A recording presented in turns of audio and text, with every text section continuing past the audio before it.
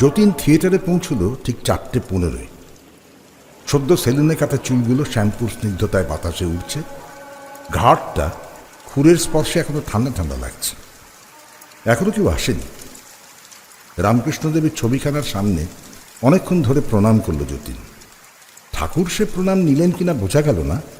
মহিমাময় হাসিতে তার মুখ উদ্ভাসিত হয়েই রইল, অপলক, অবিচলিত। স্যাঁতস্যাঁতে থিয়েটারটি। দুজন স্থূলকায় শিফটার একটা বেঞ্চিতে শুয়ে ঘুমোচ্ছে। সারা দিন বৃষ্টি হচ্ছে। স্টেজের উপর এখানে ওখানে বিন্দু বিন্দু জল চুয়ে পড়ছে ছাদ থেকে। একটা কাঁচি ধরিয়ে যতীন বসল স্টেজের উপর, যেখানে শাহজাহানের দরবার সাজানো হয়েছে, মাসনাদের পাদদেশে সিঁড়ির ওপর। বিগত 3টি উত্তেজনাময় সপ্তাহ তার মানসপটে দ্রুত খেলে গেল। রিহার্সালে আড্ডা বড় বেশি হয়, 4 সিঙ্গাড়া চলে বড় বেশি। বাইরে থেকে অনুরোধ করে তথা প্রণামী দিয়ে আনা মাস্টারমশাই যদুনাথবাবু পুরো 2টি সপ্তাহ কিছুই দেখলেন না।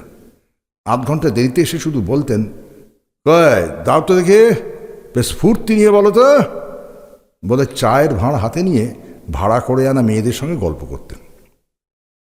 রিহার্সাল চলত স্বইচ্ছায়, স্বগুণে।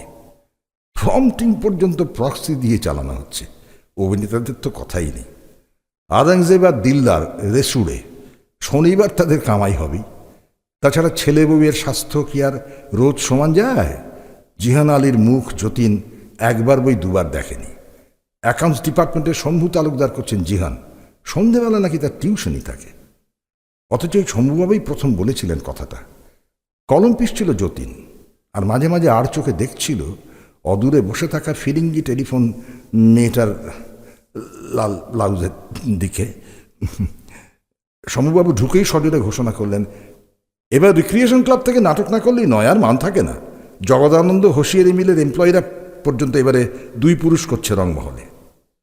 যতীন চিরকালী নাটকে উৎসুক হয়ে বলল, কি প্লে করব? শম্ভু বললেন, শাহজাহান। সঙ্গে সঙ্গে একটা অদৃশ্য তানপুরায় কে আঙুল চালিয়ে গমক টান দিয়ে গেল যতীনের মনে। চোখে সেই গানের তানে ভেসে উঠল কথক নৃত্যের পোশাকে পেশাদার নর্তকী, আর তার পেছনে গোলাপি সিরাজির পাত্র হাতে অর্ধ অবগুণ্ঠিতা সাকি। যতীনকেই দেওয়া হলো শাহজাহান। গলাটা তার বড় ভালো, বড় দরাজ। পরিকল্পনা করার কি উত্তেজনা, কীরকম সিন হবে, কি রকম বাজনা হবে, কি রঙের ইয়ে হবে বা পোশাক, এই আলোচনায় 3টি ডিপার্টমেন্টই মশগুল। ভাড়া করা মেয়েরা যেদিন প্রথম এলো, যতীন ব্যাকুল হয়ে অপেক্ষা করছিল। জাহানারা করবে কোন মেয়েটি? ওই দীর্ঘাঙ্গী ফর্সা বিনুনি বাঁধা মেয়েটি হলেই ভালো হয়। কিন্তু না, তা হলো না। জাহানারা করবে অভিজ্ঞ শিলা নাগ, একটু মোটা, একটু বেঁটে, একটু কালো। কিন্তু জাহানারা নাকি তার বাঁধা পাঠ। সত্যি অপূর্ব তার অভিনয়। গলায় যেন কেদার রাগ খেলছে সব সময়। ফর্সা মেয়েটির নাম ঈশিতা। তাকে নিয়ে পড়লেন যদুনাথবাবু। রিহার্সাল চলছে তার নিজস্ব সর্পিল গতিতে। যদুনাথ নিবিড় হয়ে গল্প করছেন ঈশিতার সঙ্গে। প্রেক্ষাগৃহের মেঝেই জমছে মাটির ভাঁড়, শালপাতা আর পাউরুটির মোড়কের রাশি।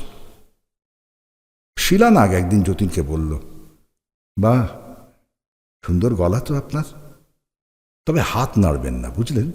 অত হাত নাড়লে ঠিক শাহজাহান হয় না। শাহজাহান বৃদ্ধ যে। বড় ভালো লাগলো যতীনের। সেদিন থেকে কায়মনোবাক্যে হাত দুটোকে শৃঙ্খলিত করে শুধুমাত্র গলার কেরামতিতে শাহজাহান হতে সাধনা করতে লাগল। গোল বাঁধল আওরঙ্গজেব নিয়ে।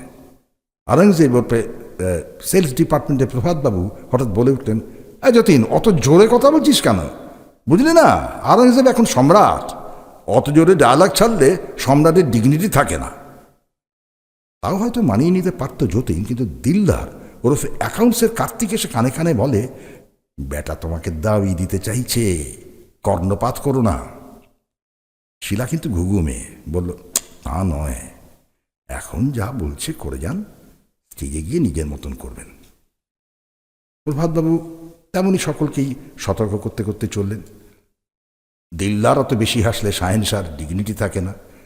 জাহানারা অমন চড়া গলায় ধমকালে আলমগীরের অসুবিধা হয়। নয় মুরাদ পর্যন্ত অমন নাটকে এইভাবে তোবা তোবা বললে আওরঙ্গজেবের মহিমা বজায় থাকে কই। দিলদারের সঙ্গে বাঁধল একদিন আওরঙ্গজেবের চতুর্থ পানিপথ। মুহূর্তের মধ্যে ঝগড়াটা ব্যক্তিগত কাদা ছড়াছড়িতে নেমে গেল। অশ্লীল সব চিৎকার। অনেক কষ্টে সবাই মিলে আগুনটাকে ছাই চাপা দিয়ে রাখল। কিন্তু দুজনেই স্ব দল গড়ে চাপা আস্ফালন করতে লাগলেন। দেখে পেশাদার শিফটার আর ইলেকট্রিশিয়ানরা হাসল খোলাখুলি ভাবে। আরো নানান ছোট ছোট নাটকের রিহার্সাল ভরে উঠতে লাগলো।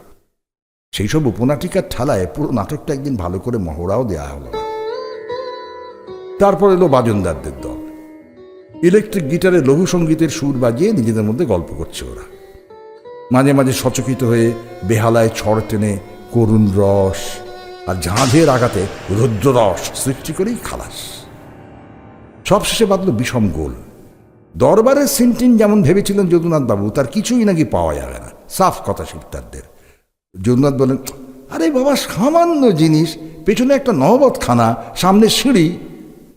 প্রধান শিফটার, ঘোর কৃষ্ণবর্ণ স্থূলকায় মানুষ, বলে উঠল, ওসব নেই। শাহজাহানের সব সিনই তো আছে। অহিনবাবু পর্যন্ত করে যান ওই সিনে, আর আপনারা যতীনের ইচ্ছে হয় শিফটারের অঙ্গস্পর্শ করে মুঘল দরবার দেখিয়ে আনে। কিন্তু যদুনাথ যেন সমঝোতার জন্য হাত বাড়িয়ে আছেন। তৎক্ষণাৎ বলে উঠতেন, আচ্ছা ঠিক আছে, সিনগুলো সব ঠিকঠাক দিও। তোমাদের কি আর বলে দিতে হবে? কতদিন আছো এ লাইনে, না সিগারেট খাও। এক মুহূর্তে শাহজাহানের স্বপ্ন সৌধ ধূলিসাৎ করে নামতে লাগলো ছেঁড়া বিবর্ণ দৃশ্যপট।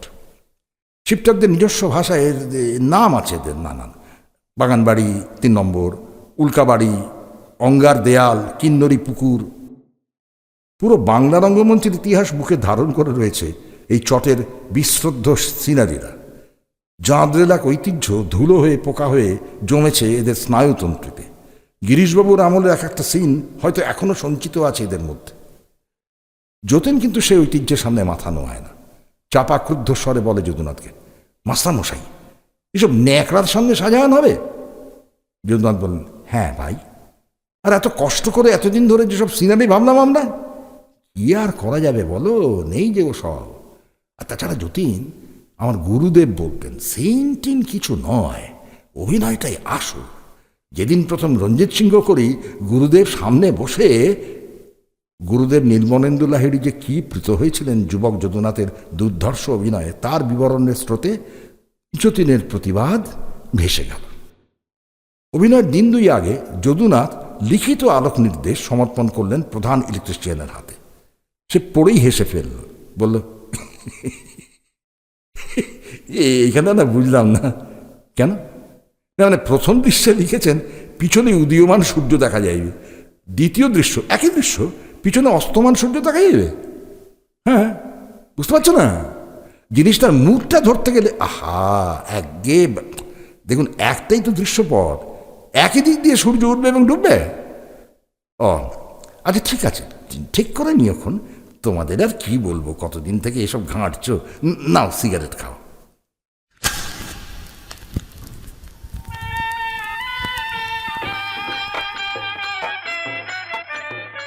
আলোক সম্পাদ বড় ভালো লাগছিল যতীনের।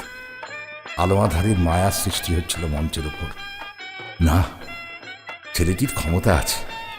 এমন সে বাঁচখাই গলায় আওরঙ্গজেব বলেন, ফোকাস কই? এমন একটা সিনে আওরঙ্গজেবের মুখে ফোকাস থাকবে না?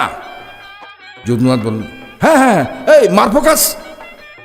যতীনের মনে যে প্রতিবাদ গর্জে উঠেছিল, তাই অতীব বিনয়ের সঙ্গে সোচ্চার হল ইলেকট্রিশিয়ানটির মুখে, আগে ফোকাস দিলে পুরো আলোটার সুর কেটে যাবে। যদুনাথ একটু দ্বিধায় পড়েছিলেন, কিন্তু আওরঙ্গজেব তখন রাজমহিমায় উচ্চকিত বললেন, তার ছিঁড়ি দেখা না, আলোর সুর ইলেকট্রিশিয়ানের মুখে কাব্যে ঘুরছে। এসব বুঝি তাপসেনের কাজে নেওয়া হচ্ছে নাকি? ওই সুর টুর জানি না, দে ফোকাস, লাল ফোকাস। তাই হলো। ক্রমে নীল, সবুজ এবং হলদে ফোকাস সব এলো। তারপর এলো লাল, নীল, সবুজ ঘূর্ণায়মান চক্রের আলোক রাশি। ক্রমশ লাইনে এলো শাহজাহান নাটক। ইলেকট্রিশিয়ান ছেলেটি অলস হাতে খাটাখাট সুইচ টিপতে লাগলো। ড্রেস রিহার্সালের দিন তাক লাগিয়ে দিল শিফটারেরা। দ্রুত ক্ষিপ্র ওদের পট পরিবর্তন। বাঁশি বাজতে না বাজতে চোখের পলকে আবার পর্দা তুলে দিচ্ছে ওরা নতুন দৃশ্যের। অথচ শব্দ নেই, কোলাহল নেই। প্রেক্ষাগৃহে বসে যতীনের লজ্জায় মাথা হেঁট হয়ে যাচ্ছিল। এদের দরিদ্র বলিষ্ঠ হাতে যে আন্তরিকতার স্পর্শ, এদের বুকে নাটকের প্রতি, সম্রাট শাহজাহানের প্রতি যে শ্রদ্ধা, তার সিকি ভাগও অভিনেতাদের নেই। সেলস ডিপার্টমেন্টের প্রভাতবাবু এক মূর্তিমান অপমান। এই পেশাদার দক্ষতার পটভূমিতে তিনি একটি জীবন্ত লজ্জা। পাশে এসে বসল শীলা। কয়েক সপ্তাহের বিশৃঙ্খলার মধ্যে মেয়েটি যেন যতীনের বড় কাছে ঘনিয়ে এসেছে। শীলা বলল, কালই তো শো, ভাবতে পারছি না কি করে যে কি হবে। শেষের সিন কটা তো রিহার্সালই হয়নি। যতীন জবাব দিল না, চুপ করে শীলাকে দেখতে লাগল। এই গল্পের পরবর্তী অংশ শুনতে পাবেন আগামী শুক্রবার রাত 8টায়।